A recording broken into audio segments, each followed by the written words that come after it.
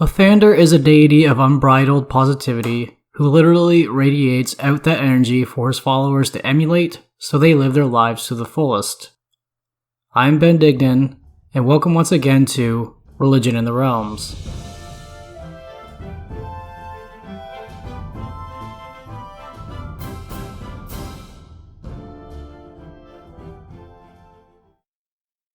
Titles. By far the most common title Lathander goes by is the Morning Lord, though his other used titles are Commander of Creativity, Inspiration's Dawn, and the Rose and Gold God. Portfolio and Domains. Lathander's portfolio includes Athletics, Birth, Creativity, Dawn, Renewal, Self-Perfection, Spring, Vitality, and Youth.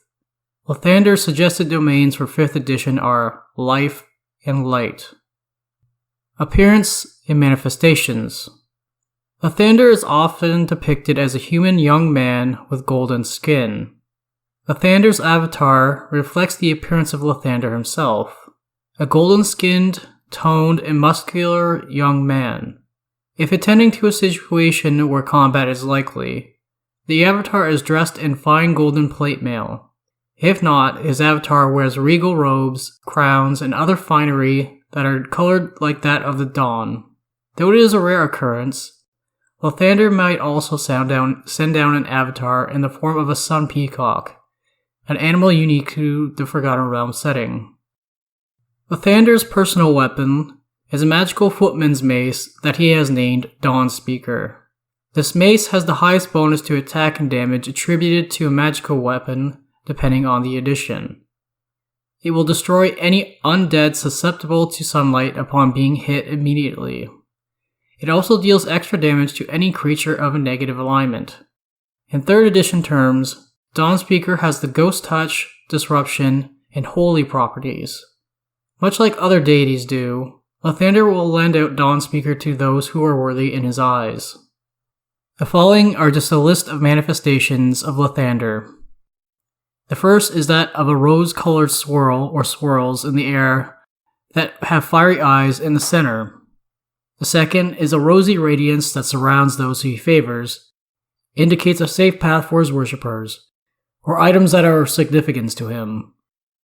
This radiance has differing properties depending on the context and individual or item it surrounds. It has innate healing properties that heal both wounds and afflictions, and/or can lift people almost telekinetically out of harm's way. Those who are surrounded by it may hear a short message from Lathander himself, while resurrection magic on a corpse surrounded by this light is immediately effective. The third and final manifestation is that he may indicate his favor through various organisms or items such as robins, sun peacock feathers, butterflies, and aster blossoms. Abilities. Lathander can create sunlight in an area encompassing a radius of 10 miles, which is approximately 16 kilometers, for a duration of an hour, though he has to wait for another 2 hours to pass until he can use this ability again. Lathander can dispel any magical darkness immediately surrounding him. Likewise, he can dispel magical darkness within 120 yards, or approximately 110 meters, of himself. He is immune to radiant and fire damage. As a greater deity, he always rolls the highest results on any dice roll he makes. Lathander can use all of his senses to detect something up to 17 miles, which is approximately 27 kilometers, away from himself. He can also sense something out to the same distance away from his holy sites, worshippers, objects and sites tied to his worship, and any location where his name was spoken within the last hour. His senses can be split up into 20 different locations at once. He can block out the other sensing powers of deities lower in power than him for up to 17 hours. As part of his portfolio sense, he can sense any birth 1710 days or 170 days before, during, or 10 days after it happens. He is also aware of events that occur within an hour of the sunrise. Due to his close relationship to Shantia, no plant life, sentient or otherwise, can bring themselves to harm him.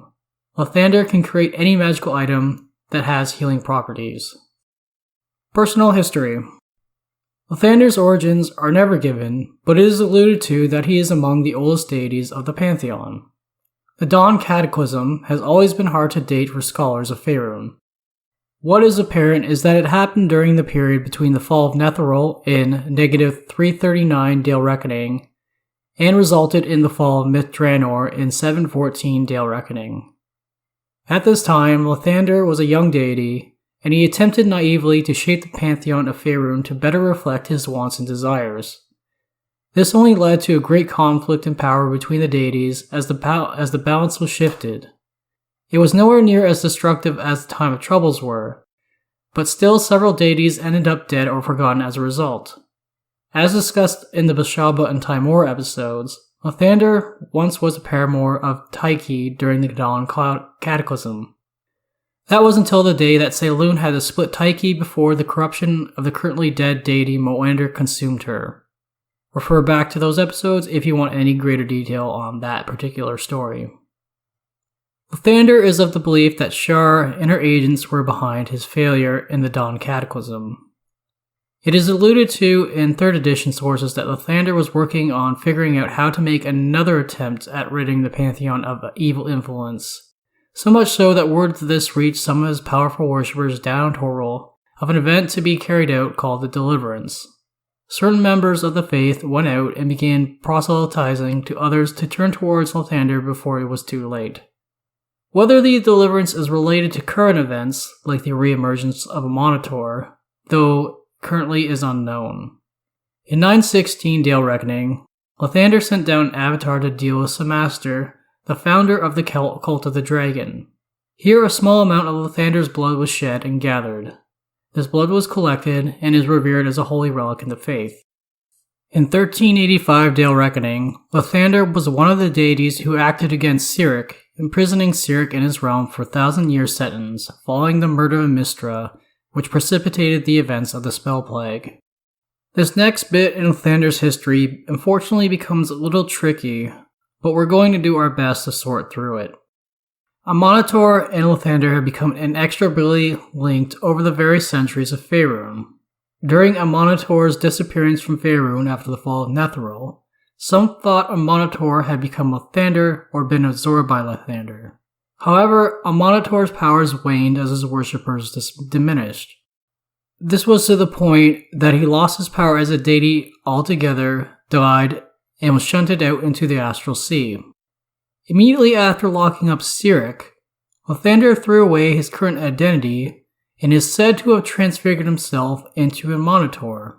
At least, that is what it says in 4th edition sources. But now a Monitor had shifted in alignment from his once lawful neutral stance to that of a lawful good deity, acting after having spent so long as a bastion for good as Lathander. Now, as I mentioned earlier, in the Faiths and Avatars 2nd edition supplement, a Monitor was explicitly stated to have been shunted out into the astral sea as an all but forgotten dead deity from Netheril. Such as it was in 4th edition that a Monitor existed in Lathander's place. That was until come 5th edition, following the Second Sundering, we now have Lathander and a Monitor as separate deities in the Pantheon. But note, a Monitor is once again a lawful neutral deity. So what happened here? Is this a conflict in canon? Is the D&D team rectifying the backlash received following the reception of the changes in canon following the Spell Plague? It could very well be all those things. However, there may be a canonical reason. And if you will allow me to theorize for a second, I will explain my thoughts. A Monitor and Lathander could very well be this very same aspect of a given deity. This would work well within the beliefs of the three-faced sun heresy within Lathander's faith, which I will touch on a bit later. However, I'd like to posit my own theory. Lathander was making a plan to challenge the evil powers within the Faerûnian Pantheon once more. He alluded to as much to his followers with mention of the event called the Deliverance. I like to presume he learned from his mistakes from the Dawn Cataclysm and decided on a far more conservative course of action. he sought out to bring an ally into the fold that could assist him in his aims. In my theory at least, Lathander went out into the astral sea and found a Monitor. There, a Monitor was resurrected, and an agreement was made between the two deities. Lathander would step aside for a while and let his faith flock under Monitor's name, cementing Monitor within the Pantheon once again, so long as the Monitor served as a good deity during Lathander's absence. Then Lathander himself came to let his presence be known in the realms once more, following the second sundering, and Monitor likely was relieved to fall back into his desired alignment. I could be dead wrong about this.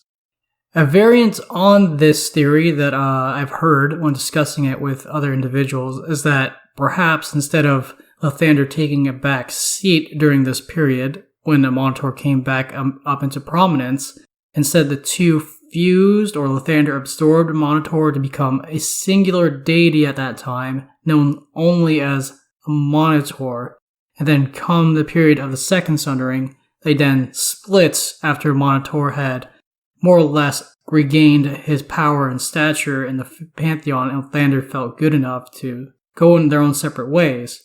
Please, though, if anyone can point me in the direction of what really happened between these two deities between 4th edition and 5th edition, I would be so grateful, because it is confusing. There is some, I don't want to say misleading, but very conflicting statements between the editions. In 2nd edition, it is said almost explicitly that these two deities are separate beings, only for 4th edition to come in conflict with that, saying that, oh, they've always been the same being. Lathander simply transfigured himself into a Monitor again. And now in 5th edition, we have them as separate entities. So again, if anyone can point me in the right direction as to the correct interpretation of all of this, that would be great. But as it is, I can only speculate and hopefully provide some direction for others. Personality. Lathander is a neutral good greater deity. Lathander is described as an exuberant, dedicated, always optimistic, and regal deity. He is one to never dwell on his failures, instead looking ahead for success the following day. Lathander has a strong contempt for the undead and sees them as a vile corruption needing to be stamped out. Though he has his own flaws much like any other deity. He can be vain, hedonistic, and overzealous at times in his pursuits. As it is, the possible consequences of his actions are never given too much forethought. Personal realms. In the Great Wheel cosmological model, which was the assumed cosmological model for 1st edition, 2nd edition, and now 5th edition, Lathander resides in the realm of Morning Glory on the layer of Aronia, on the outer plane of Elysium. As it is, this is the 3rd deity we have covered so far that resides on the layer of Aronia, the other two being Shantia and Eldap. However, just in case a refresher is needed, or you're new entirely to the podcast, let's not just pass Elysium by without discussing it. In general, Elysium is a plane of ease. It is the neutral good outer plane. The plane is patrolled by powerful neutral good celestials called cardinals. The layers of the plane can be reached via the plane-spanning river Oceanus that makes its way through all 4 layers. Elysium has an inherent entrapping property that can cause people to never want to leave the plane due to its innate good and pleasantness, and an entrapped individual after enough time will forget their past life as they embrace their new life here on Elysium, refusing to leave. The layer of Aronia on Elysium is composed primarily of mountainous terrain. Here the weather is far more unpredictable and less pleasant than it is on the other layers of Elysium. In Aronia, the plain-spanning river, the Oceanus, is rapid and wild, with several waterfalls that spill off from it and down the mountainsides. Lathander's personal realm, Morning Glory, is said to be a realm of everlasting, pink-hued sky, pink clouds, and renewed hope each day. Lathander shares his realm with a Vedic power named Ushas, who shares similarities in their portfolios. Reportedly, the two have been working together for a very long time, finding ways into the darker realms of evil beings and letting their light shine through. The land here is rich and bounded by meadows and timbered trees. Morning Glory lays close in proximity to Shantia's realm of the Great Mother's Garden. There are no real towns here. Instead, the smaller houses of Lathander's petitioners surround his massive and opulent temple that faces the rising sun. This temple has many gems, reflective and colored glass of several hues, and reflective metals lining both its outside and inside. The sleep spell here is completely ineffective, as those who sleep here always feel refreshed and clear-headed. After enough time is spent here, someone can gain a temporary bonus to their wisdom rolls as well. In the World Tree cosmological model used in 3rd edition, Lathander resides on the plane of the House of Nature. The House of Nature is a plane full of wilderness without settlement or fortification. Here animals and humanoids live alike in peaceful coexistence.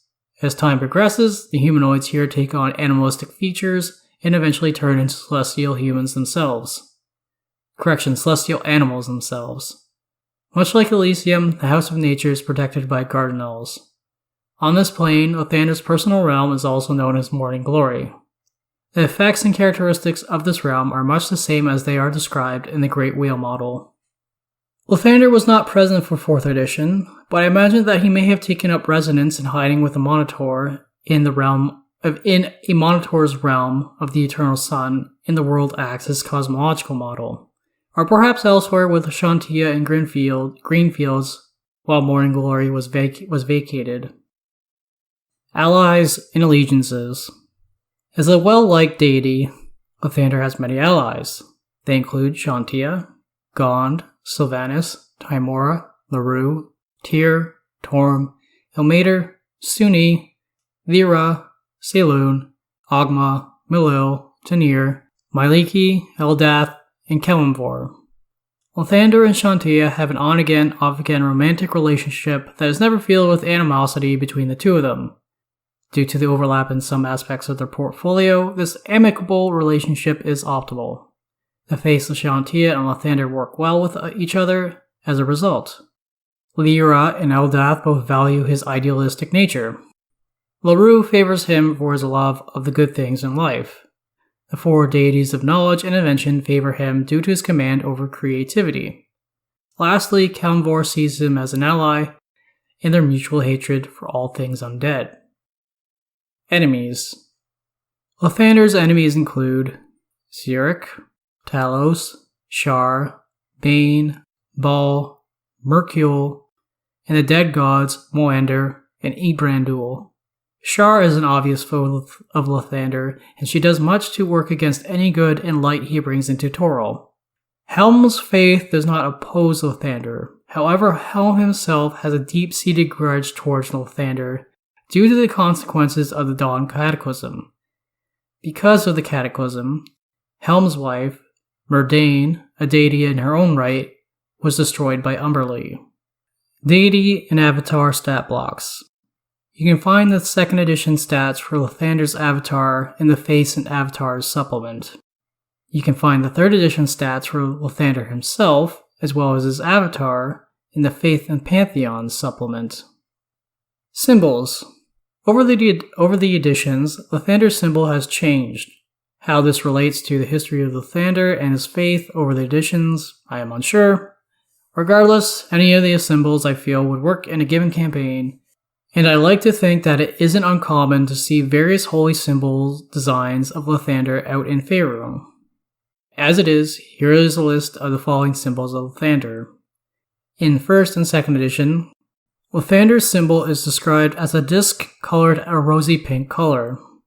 The holy symbols clergy carry are often made of rose quartz or other materials that are of similar color. Often they are enchanted to radiate a faint glow. In 3rd edition, Lathander's symbol became far more stylized. It was now described as a sunrise motif made out of rose, red, and yellow colored gems. In 5th edition, Lathander's symbol is now recognized to be that of a road traveling towards a sunrise. Finally, as a prominent deity in the city-states of Chesenta, most often venerated for his authority over athletics, Lathander's symbol is also a statue of 2 wrestlers in this region. Central Dogma, from Faiths and Pantheon's 3rd edition supplement. Quote, strive always to aid, to foster new hope, new ideas, and new prosperity for all humankind and its allies. It is a sacred duty to foster new growth, nurture growing things, and work for rebirth and renewal. Perfect yourself and be fertile in mind and body. Wherever you go, plant seeds of hope, new ideas, and plans for a rosy future in minds of all. Watch each sunrise. Consider the consequences of your actions so that your least effort may bring the greatest and best reward. Avoid negativity, for from death comes life, and there is always another morning to turn a setback into a success. Place more importance in activities that help others than in strict adherence to rules, rituals, and the dictates of your seniors. End quote. The doctrine of Lathander is filled with stories of positive thinking and placing yourself in a positive mindset in order to set yourself up for success. Clergy are to adhere more to good service and action than adherence to rules and dictates. Rarely are clergy members raised after dying, as they believe almost fatalistically that they should not be separated from the chance death presents to go to Lathander. Exceptions do exist when a particular member is needed to fulfill a task before they can leave their mortal coil for the outer planes. Presence of the Faith. People in Faerûn often offer up a prayer to Lathander before starting any endeavor or after an alliance is formed with an individual or group. For this reason, Lathander's faith is rather popular among merchants. Due to his regal bearing, he is worshipped by a large amount of nobility throughout Faerûn, especially young idealistic nobles. Despite being favored by the wealthy, Lathander is also thought fondly of by those of lesser means, as well due to the support the many shrines and temples of his faith provide. Lathander is also commonly worshipped among athletes and young people. Typically, Lathander's worshippers are chaotic good, lawful good, or neutral good in alignment. Notably, in the city-states of Chesenta, Lathander is seen more as a representation of the perfect athlete. Here, prayers and offerings are made to Lathander at the beginning of each and every athletic competition. In many depictions in Chesenta, Lathander is seen wrestling or competing in other athletic competitions against the heroes of Chesenta. Hierarchy and structure of the clergy. There is no centralized authority in Lathander's faith, and no standardized hierarchy across all of Faerûn. When policy or doctrine needs to be discussed, a gathering is called to the place of worship from which the issue stems from and resolved from there. Often, though it is not a rule, a high-ranking clergy member in charge of a temple or shrine is known as a prior or abbess. All novices in the faith are known as the awakened. When they are welcomed into the clergy as full members, they become dawn-bringers. From there, the hierarchy is as follows in ascending order, generally speaking. Dawn Greeter, Dawn Lord, High Dawn Lord, Dawn Master, Morning Lord, High Morning Lord, Morn Master, High Morn Master, and Sunrise Lord. Collectively, clergy members are known as Dawnbringers. Responsibilities and duties of clergy and worshippers. Temples to Lathander hold many civic and personal functions. Here marriages are carried out at dawn and used to host the announcements of civic projects. Expectant mothers often come to the temples of Lathander to give birth in the hopes of providing the infant with good luck from their birth onwards.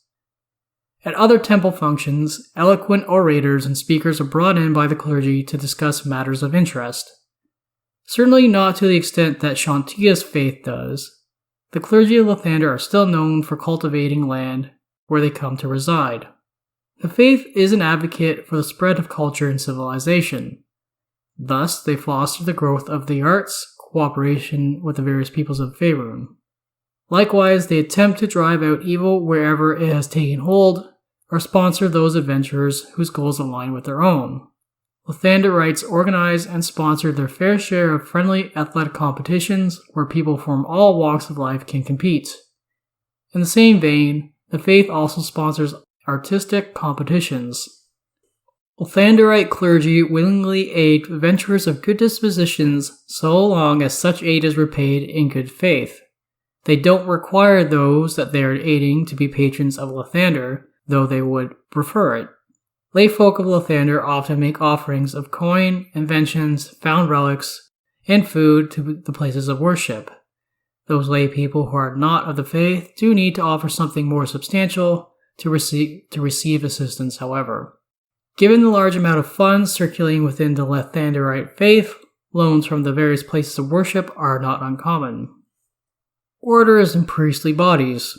Spring lords and spring ladies are a specialty body within the faith who act primarily as healers, midwives, and the most powerful of them can raise the dead.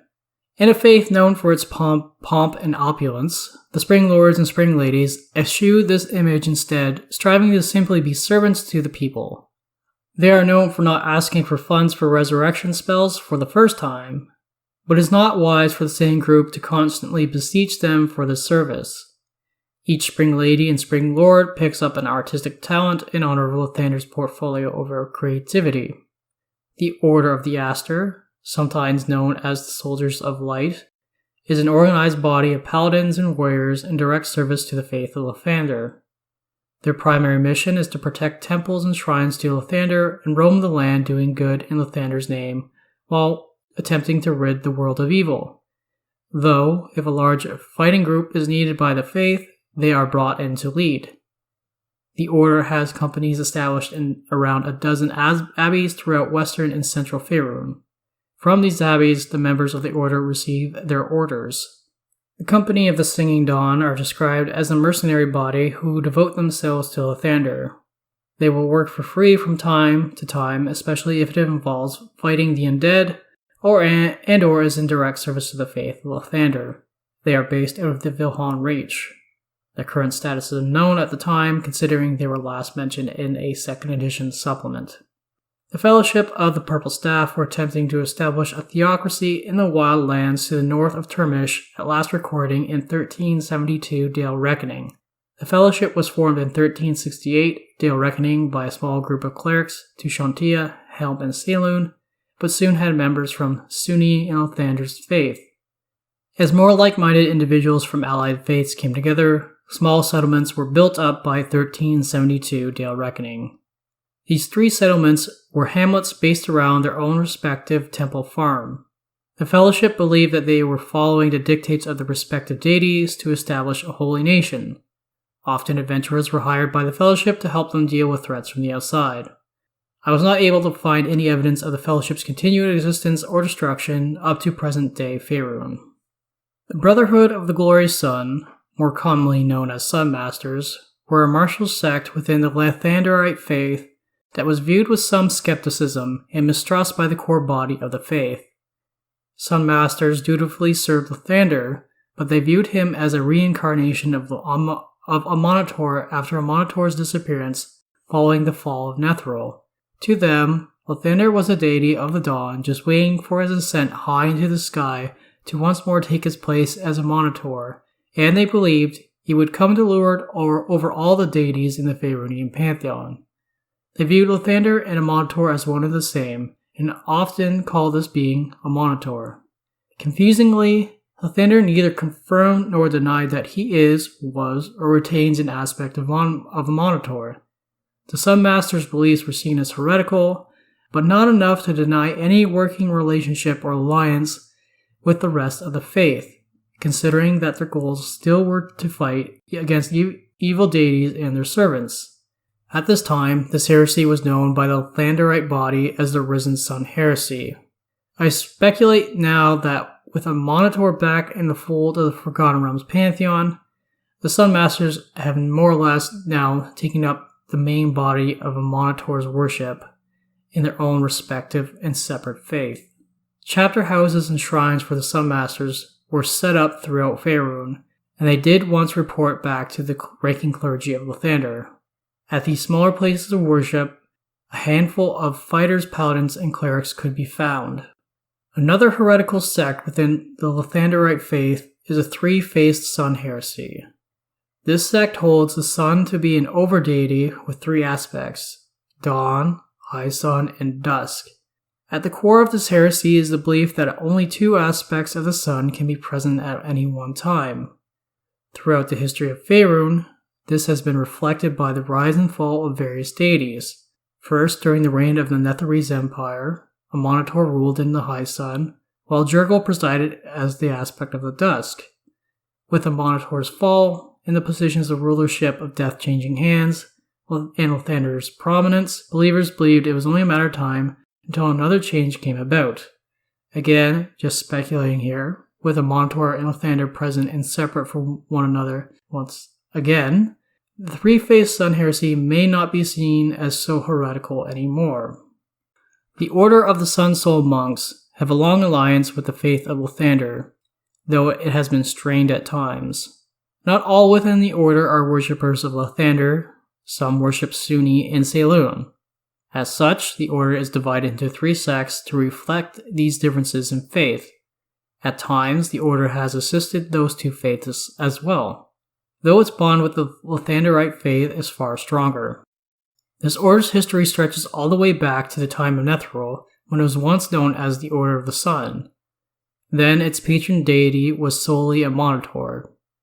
Upon a Monitor's disappearance, the different monasteries in the order chose one of the three deities to become their new patron. Surprisingly, with the Monitor's reemergence, the Sun Soul monks have not wavered in their dedication to their three respective deities. Monasteries of the Sun Soul can be found out in the remote areas of Faerûn. A Sun Soul monk believes that the spirit has a light within it that is an essence of the sun. They train to tap into this essence in order to carry out their various martial feats.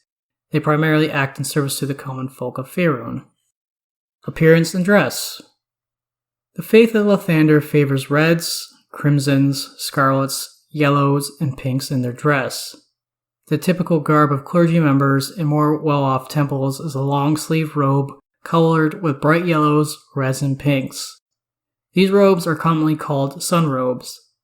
Some clergy members will have their robes trimmed with gold. A headpiece is worn on the back of the head that is reminiscent of a rising sun. At simpler places of worship, clergy wear simple cassocks that are colored according to their rank. Novices and postulants wear brown, adepts wear russet and crimson, senior priests wear scarlet, sub-priors rose red, and finally the leader wears white.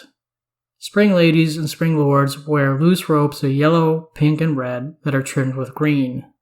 The green in their dress is believed to symbolize renewal.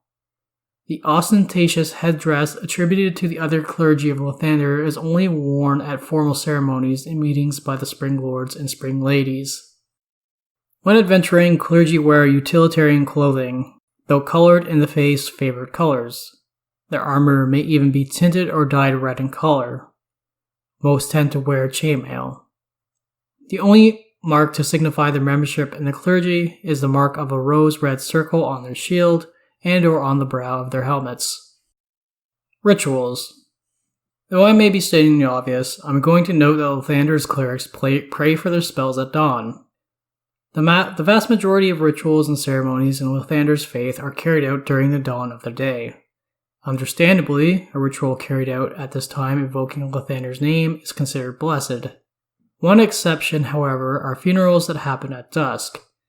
In the Lathanderite faith, funerals are accompanied by a candlelit ceremony called the Going Down, which in my opinion is a terrible name. The wake that follows the funeral lasts until sunrise the next morning, when prayers are usually made to Lathander. Daily, a worshipper is expected to make their daily prayers at dawn. Of all daily rituals, this is the most important. Following in importance are the twilight prayers. Depending on the region and place of worship, a ceremony and optional prayer may also be made towards Lathander at high sun or noon. These daily rituals are meant to be joyful, though dignified affairs that are filled with prayer, song, and ritual. Also, well water that has been touched by the light of dawn features in these rituals as well. Rhyastertide is a holy day carried out by the faith of Lathander in the city of Waterdeep in the month of Chess on the 1st. Rhyaster was recognized as the first prophet of Lathander over 7 centuries ago. Rhyaster's blindness was cured by Lathander, and the celebrants pay homage to him by keeping one of their eyes covered until the next dawn, all while wearing bright red robes. Sornin is a festival that takes place in the month of Flame Rule between the 3rd and 5th. It is a festival dedicated to both Lochween and Lathander. This festival is a time to both establish new business and trading partners, but also to formalize treaties and settlements between rivals and foes.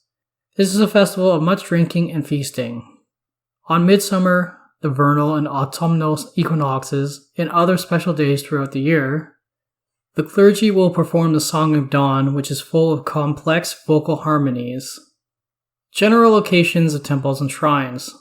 Lathander's faith is wealthy, and many of its temples and shrines will reflect this wealth, opulent to the point that some would consider them garish. Such temples contain carved statues and pricey stained glass windows. Smaller places of worship and shrines, however, are often reserved in appearance. Temples are built so that the main room faces eastward to greet the rising sun in the morning.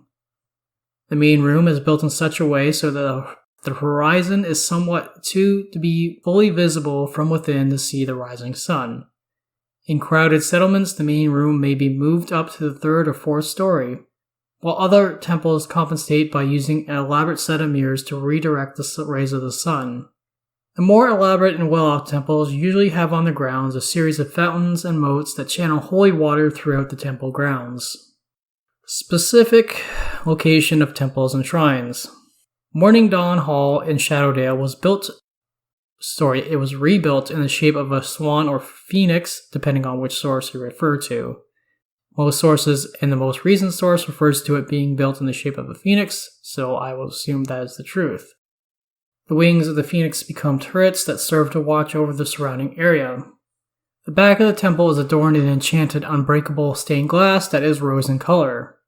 The initial Morning Dawn Hall was destroyed by Bane during the Time of Troubles, but it was rebuilt to its former glory. The Spires of the Morning in Waterdeep is largely considered the most opulent and largest of temples to Lathander. It sits in the castle ward of Waterdeep. This 3-storied structure is made of pink marble and has 7 spires capped with copper, gold, and silver. If you're interested, you can find the detailed layout and map for this temple in the 3rd edition supplement Powers of Faerûn. In Waterdeep, one can also find the Monastery of the Sun, a Sun Soul monastery, despite that order's preference for remoter locations.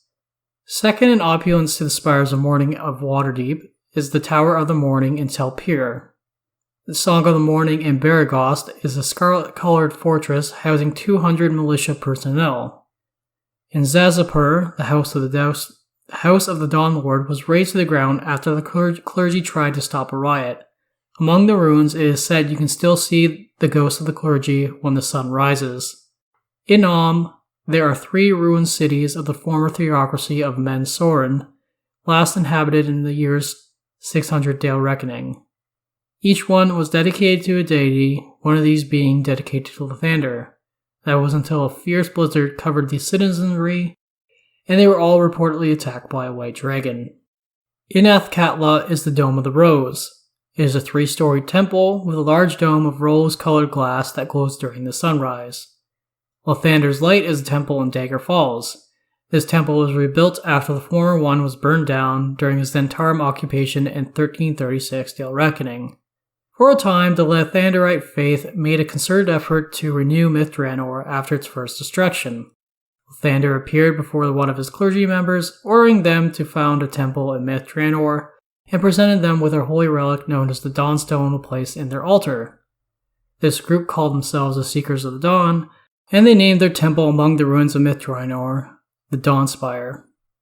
A Dawnspire temple itself was a simple conical tower. It sat in a walled compound containing 5 acres of fields where several crops were grown by the clergy. Ultimately, the end goal of the Seeker was to clear the ruins of Myth Drannor of all its evil and build up the city once more. How it stands now is unknown, given the second destruction of Myth Drannor in 1487 Dale Reckoning. Likely it lies in ruins. Morning Mist Hall in Marsember is built on an island out in the bay. Its walls are pink in color that radiate at dawn. It has slim towers that are built to emulate a budding flower. It stands out as a hopeful beacon in an otherwise shabby and dreary city. The clergy here offer their services to many sailors, and the temple has also a small fleet of ships that combat pirates out in the Sea of Fallen Stars. In Nightstone, there is a small wooden temple that splits its devotion between Myliiki and Lathander. Here, the stained glass portrays motifs important in both faiths. In Dead Snows, there wasn't a temple to Lathander per se, but the watchtower here was housed by Lathanderite faith. They had a banner with the symbol of Lathander waving above their watchtower. As of the destruction of Dead Snows in 1385 Dale Reckoning, it is unknown the state of this watchtower. This next bit contains some spoilers for Baldur's Gate Descent into Avernus, so please skip ahead a little bit to avoid being spoiled. Hanging above the first layer of the Nine Hells, Avernus sits the transported holy city of Elturel. In Elturel's graveyard sits a chapel dedicated to Lathander, Torm, Helm, and Tyr. Here the ill effects of the lower planes have taken full effect. Named temples to Lathander include the Dawn Bell Towers in the Crypt Ward of Calumport, Oriester's Mete in Silvery Moon, the House of the Holy Dawn in the Jewel Ward of Calumport, the House of the Morning in Evening Star, the Tower of the Morn in Elversalt, Lathander's Rise in Daggerford, the Healing House of Lathander in Scornuble, House of the Morning in Feather Falls, and Lathander's Open Hand in Hap. Unnamed temples to Lathander can be found in Westgate, Arkandale, Featherdale, Selgaunt, Ravensbloth, Tantris, Arkenbridge, Algarth, and perhaps within the ruins of Ordolan. Shrines to Lathander can be found in Tasseldale, Dairloon, Sairloon, Ermlasper, Molemaster, Voonlar, Asbravin, Baldur's Gate, and perhaps within the ruins of Tillerton. Character options. For 2nd edition, in Warriors and Priests of the Realm supplement, you can find a special ability for Crusaders dedicated to Lathander, as well as a breakdown for the Spring Lord and Spring Lady specialty priest. For 3rd edition, in the Champions of Valor supplement, you can find the Initiate of the Holy Realm feat for those who serve in the Purple Staves, a feat specific to Sunsoul monks, in Purple Stave cleric substitution levels. In the City of Splendor supplement, you can find the breakdown for the Sunsoul monk prestige levels. In the Lost Empires of Faerûn supplement, you can find the Sunmaster prestige class. In Player's Guide to Faerûn supplement, you can find the Morning Lord of Lathander prestige class, the Initiative of Lathander feats, and the Morning Lord of Lathander epic prestige class. For 4th edition, the Morning Lord Paragon path can be found in the Forgotten Realms Player's Guide supplement. Next is the breakdown of the features I think someone deeply involved in the Lathanderite faith would have that you could use as a 5th edition background. For your 2 skill proficiencies, you can take Athletics and Medicine. For your 2 languages and or 2 tool proficiencies, I would take an artisan's tool of your choice, and then a language of your choice, likely Celestial. For your equipment, I would take a look at the Folk Heroes equipment from the Player's Handbook, although substituting some of the gold for a holy symbol, or the Knight of the Order's equipment from the Sword Coast Adventurer's Guide. For your ribbon feature for 5th edition backgrounds, I would take the Shelter of the Faithful for the Acolyte, of course. It's always a fine choice in this context. But I also would take a look at Rustic Hospitality from the Folk Hero and Knightly Regard from the Knight of the Order backgrounds. Here is just a list of subclasses that I think would be thematically appropriate for a NPC or PC to take if they were a worshipper of Lathander. So with Bards, I would take a look at the College of Valor from the Player's Handbook, as well as the College of Swords from the Xanathar's Guide to Everything. For the Cleric, you have access to the Life and Light domains, both in the Player's Handbook. For fighters, among all the fighter subclasses, I lean towards those that have a bombastic bearing to them, like the Champion from the Player's Handbook, the Cavalier from Xanathar's Guide to Everything, and the Purple Dragon Knight, though reskinned from Sword Coast Adventurer's Guide. For the Monk, the Sunsoul Monk is both found in Xanathar's Guide to Everything and Sword Coast Adventurer's Guide. For the Paladin, there's the Oath of Devotion from Player's Handbook and the Oath of the Crown from Solar Coast Adventurer's Guide. From the Sorcerer, you always have access to the Divine Soul Sorcerer, of course, from Xanathar's Guide to Everything. And finally, you could potentially play a Celestial Warlock from Xanathar's Guide to Everything, who has a powerful Celestial in service to Lathander, more than likely a Cardinal, who serves as their patron. Dungeon Master Options. Starting with monsters, here's a list of monsters from official 5th edition sources that I think would worship and or serve Lathander that you can use in your games. So from the monster manual, you can make use of the various angels, perhaps even reskinning them to be Cardinals if you deem so appropriate. From Guildmaster's Guide to Ravnica, you could make use of the Aurelia stat block again, reflavoring it to make more context appropriate. The Battle Forced Angel, Felidar, and the Firemane Angel as well. From the Curse of Strahd Adventure, there's the Phantom Warrior. And finally, from Baldur's Gate Descendant to Avernus, believe it or not, there's the Peacock stat block that you can make use of, since the Peacock is, in particular the Sun Peacock is an important motif, animal, etc. to the worship of Lathander. Next up, just like I listed off some monsters from official 5th edition sources, these are just some NPC stat blocks from 5th edition sources that you can make use of. So in the monster manual, there's the Acolyte and the Priest. Again, with these two stat blocks in particular, you can always take the spells that are listed there and change them out for ones that are more appropriate and thematic to the god that you wish them to represent, in this case, Lathander. There's the Knight stat block, the Noble, and the Veteran. In Volo's Guide to Monsters, there's this Champion stat block, the War Priest, and the Warlord. Finally, in Guildmaster's Guide to Ravnica, I took a look at the NPCs more particular in line with the Guild of Boros, and I do think you could really reflavor these to be NPCs of note within the Faith of Lathander. So there's the Fire Fist, the Frontline Medic, and the Reckoner. To round out the magic items, to round out the section for Dungeon Master options, I'd just like to discuss magic items that might be of use to you in your games.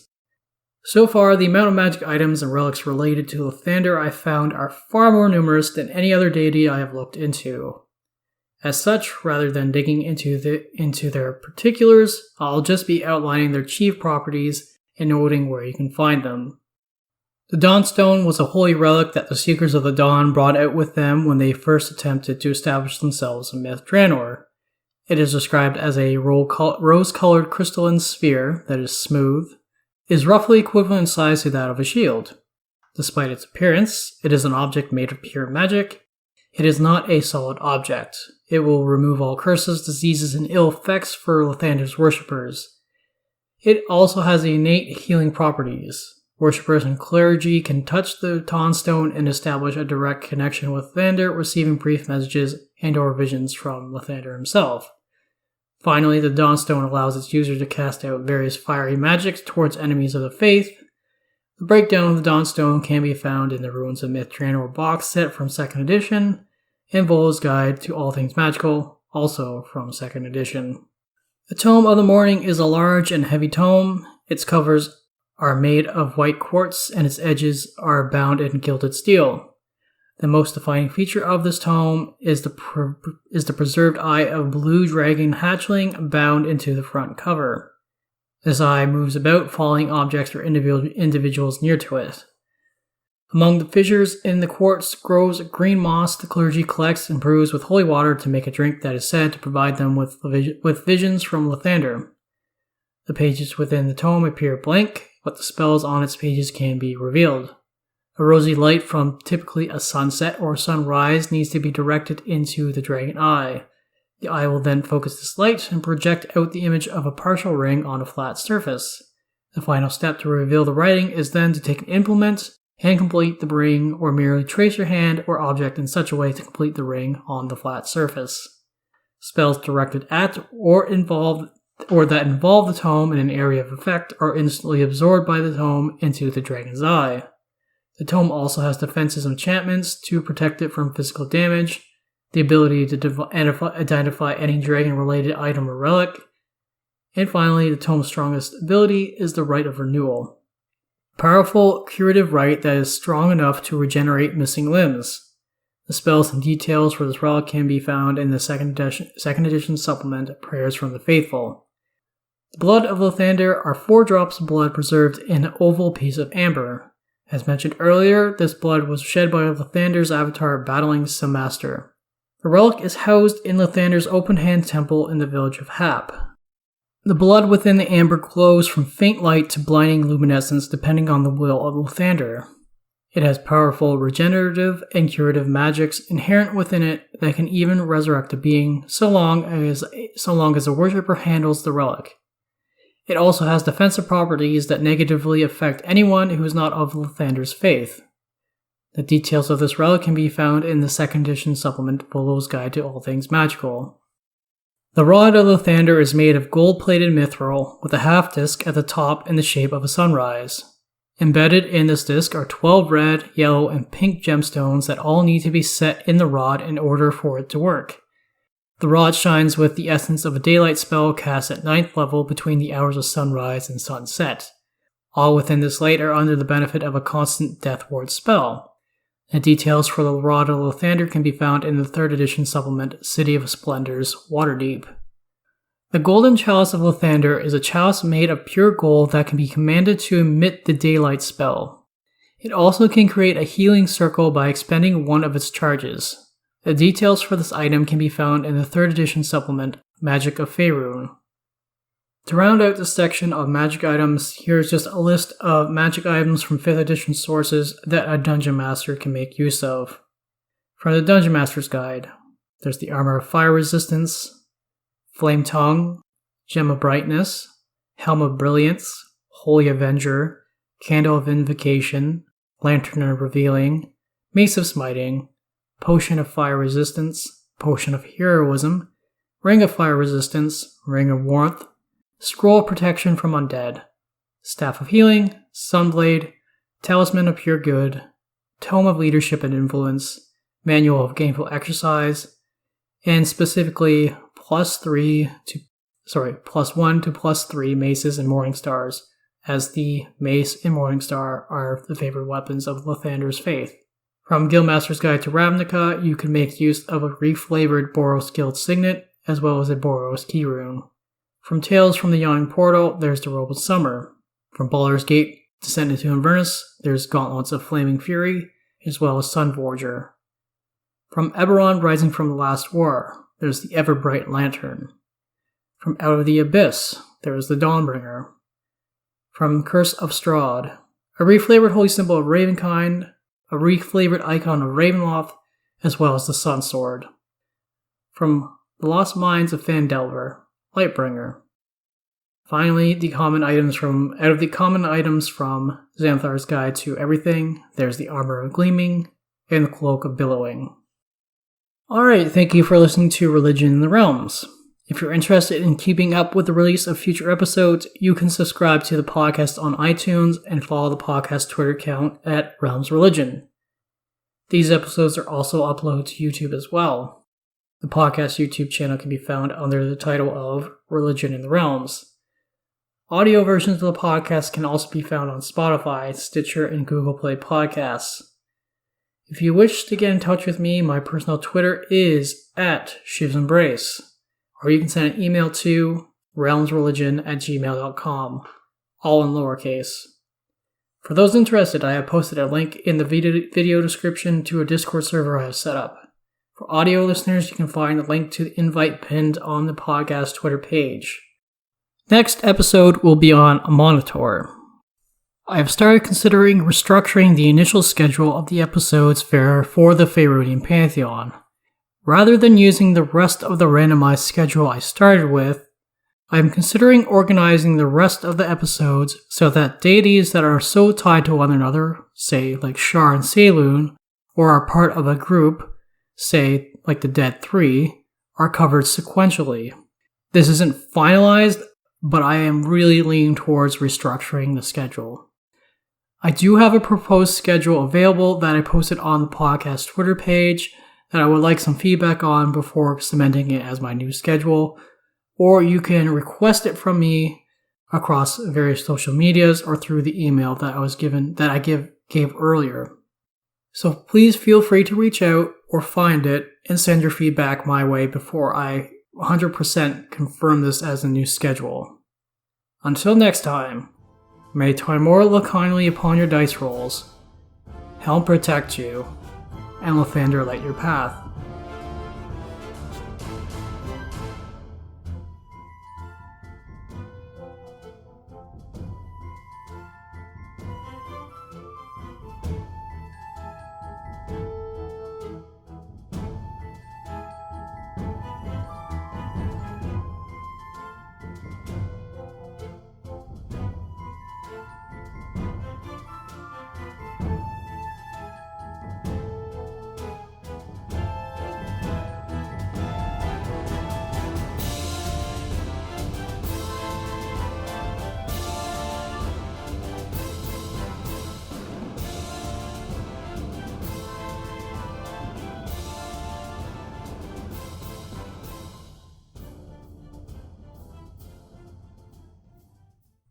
Music for this episode: Heroic Age by Kevin MacLeod of Incompetech.com. Licensed under Creative Commons by Attribution 4.0.